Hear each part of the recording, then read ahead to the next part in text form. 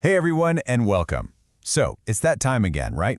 You're looking at your tax numbers for the year that just ended, and you're probably thinking, well, the ship has sailed for 2025.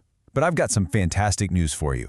Today, we're going to dive into some really powerful, kind of surprising last-minute strategies you can use right now to lower that tax bill. So let's just get right to it. Is it all over? Is your 2025 tax bill just set in stone?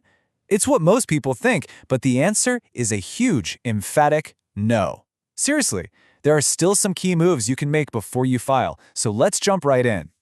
That's right, it is not too late. The first thing we're going to look at are these powerful accounts that you can still put money into for 2025, even though, we're already in 2026. This is where you can make some of the biggest dents in what you owe the IRS. Okay, first up, retirement accounts. The calendar might say 2026, but the IRS, thankfully, gives you a little grace period. You have until the tax filing deadline, which is usually April 15th, to make a contribution and have it count for last year, for 2025. So you've got a choice to make here.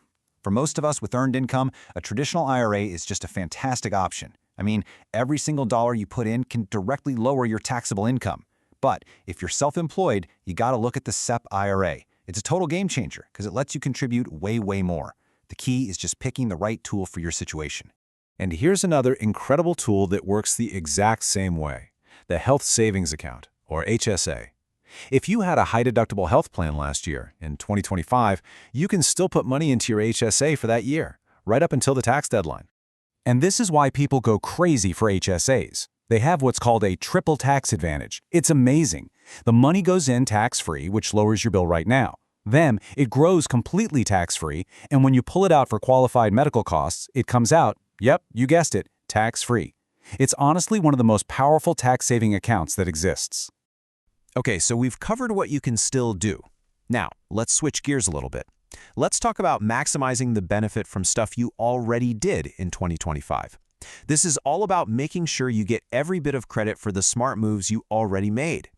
If you sold some investments at a loss last year, I know, it stings, but don't let that pain go to waste. You can use it. It's a strategy called tax loss harvesting. First, you use those losses to completely wipe out any investment gains you had. And if you have more losses than gains, you can use up to $3,000 of that to lower your regular income. That's a huge deal. And of course, your generosity can pay off too. Make sure you're claiming every single donation you have a receipt for. And think beyond just cash. Donating stock that's gone up in value is an awesome strategy because you get the deduction and you might get to completely avoid the capital gains tax. And for anyone over 70.5, doing a qualified charitable distribution straight from an IRA is just an incredibly smart, efficient way to give. All right, let's talk about deductions. You know, these are all the little, and sometimes big, expenses you can subtract from your income to lower how much you're taxed on. And believe me, there are some really common ones that people miss all the time. Okay, this is a really big decision point for everybody. Most people just take the standard deduction. It's the easy path, it's simple. But if you had a lot of expenses last year, we're talking high mortgage interest, state taxes, big medical bills, or those charitable gifts, it is absolutely worth it to take 5 minutes and add them up. If your total is higher than the standard amount you itemize, you'll save money. It really is that simple. Now, for all my self-employed people out there, listen up. There is a whole world of deductions available just for you. Your home office, your business mileage, even part of your internet bill. But pay special attention to that last one, health insurance premiums. This is a special perk for the self-employed. You can deduct what you paid even if you don't itemize. Do not leave that money on the table. We've talked a lot about deductions, and they're great. But now, we're moving on to their superstar cousin, tax credits. And let me tell you, these are even better. Why? Because they are a straight-up, dollar-for-dollar win against your final tax bill.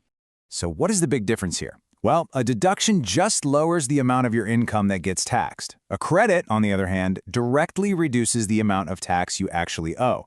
Think of it like a gift card versus a coupon. A $1,000 deduction might save you $240, but a $1,000 tax credit, that saves you the full $1,000. It's a direct discount. And some of these credits are huge. I mean, for example, if you or your kid paid for college tuition in 2025, you might qualify for the American Opportunity Credit. That can be worth up to $2,500.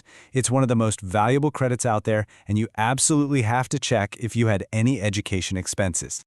We are in the home stretch now. You've got all your info together, you've figured out your strategies, but before you hit that file button, let's just do one final sanity check to make sure you've squeezed out every single dollar of savings you can.